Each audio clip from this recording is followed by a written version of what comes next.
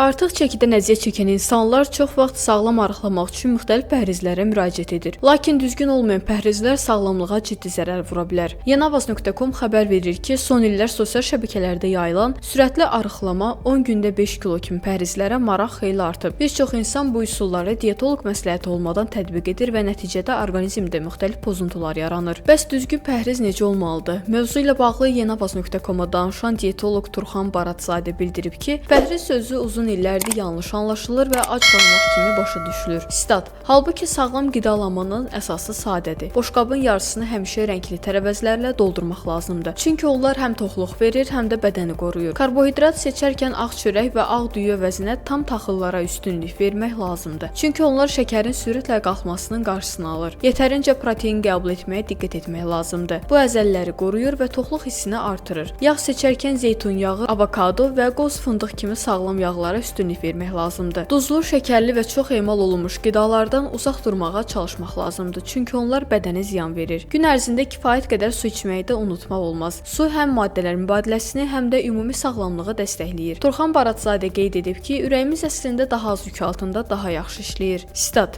bir neçə kilo görünüşdə heç nəyə təsir etmirmiş kimi görünsə də, əslində ürəyin qan dövranını artırır. Damarlara daha yüksək təzyiqə salır, sanki belimizə xəbərsiz bir çanta taxır. Buna görə də çəki artdıqca ürək yüngülləşir, təzyiq düşür, nəfəs açılır, ritm düzəlir və hətta 5-10 kiloqram azalma belə bəzən təzyiq dərmanı qədər təsir göstərə bilər. Statın sonu. Turxan Baratzadə əzəllərin qorunması üsulları ilə bağlı isə bunları deyib. Stat: arıqlayarkən ən böyük qorxu əzələ itirirəmmi olur, amma doğru üsulla xeyr. Bunun üçün gündə kifayət qədər protein qəbul etmək, həftədə bir neçə dəfə güc məşqləri etmək, tarazlı kalori açığı saxlamaq və sürətli, çox məhdudlaşdırıcı pəhrizlərdən uzaq durmaq kifayətdir. Əzələlər nə qədər qorunarsa, maddələr mübadiləsi də bir o qədər güclü qalır. Statın sonu. Bəs düzgün pəhriz saxlanılmadıqda hansı problemlər yaranır? Endokrinoloq Hidayət Məmmədzadə bildirib ki, düzgün pəhriz dedikdə əslində sağlam həyat tərzi nəzərdə tutulur. Stat: pəhriz dediyimiz anlayışın içində duz, şəkər, fast food və işlənmiş qidaların azaldılması, təbii və orqanik qidalanmaya üstünlük verilməsi dayanır. Bu qidalanma tərzinə əməl etməyən, zərərli vərdişləri olan, qida rejimini pozan, ayaqüstü və təsiq qidalanan, yeməyi yaxşı çeynəmədən udan insanlarda hormonal sistem pozulur. Ən birinci təsirə məruz qalan hormon isə insulin hormonudur. Metabolizmanın ən vacib hormonu olan insulin tez-tez işlənmiş və şəkərli qidalar qəbul etdikdə artır. Yüksək enerji dəyərinə malik içkilər və qidalar qan şəkərini qaldırdığı üçün bədən özünü qorumaq məqsədi ilə insulin ifrazını artırır. Bu proses uzun müddət təkrarlanarsa insulin rezistentliyi yaranır. İnsulin rezistentliyi isə tip 2 diabetin başlanğıcı deməkdir və bu da metabolizmanın ümumi pozulmasına səbəb olur. Statın sonu. Endokrinoloq qeyd edib ki, yanlış qidalanmanın nəticələrindən biri də piylənmədir. Stat: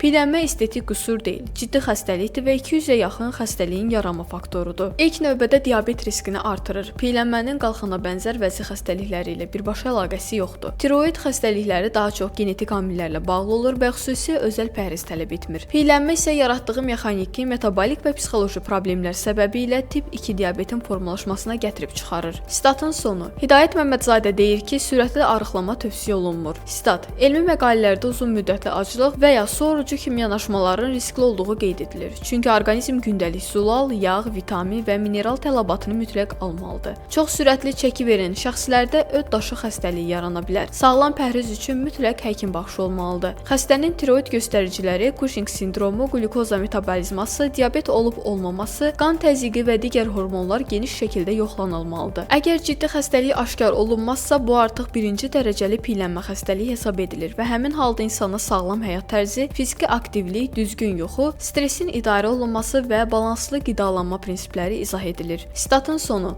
Endokrinoloq sağlam qidalanma ilə bağlı vacib tövsiyələr də verib. Stat: sağlam qidalanmanın əsas prinsiplərindən biri kifayət qədər maye qəbuludur. Orta çəkili insan gün ərzində ən azı 2 litr su içməlidir. Aralıqlı oruc daha uyğun qidalanma modelidir. Xüsusilə uşaqlarda zülalı azaltmaq olmaz, əksinə. Gənclərdə və uşaqlarda zülal daha çox qəbul edilməlidir. Əsas qayda işlənmiş və hazır qidalardan uzaq durmaqdır. Statın sonu.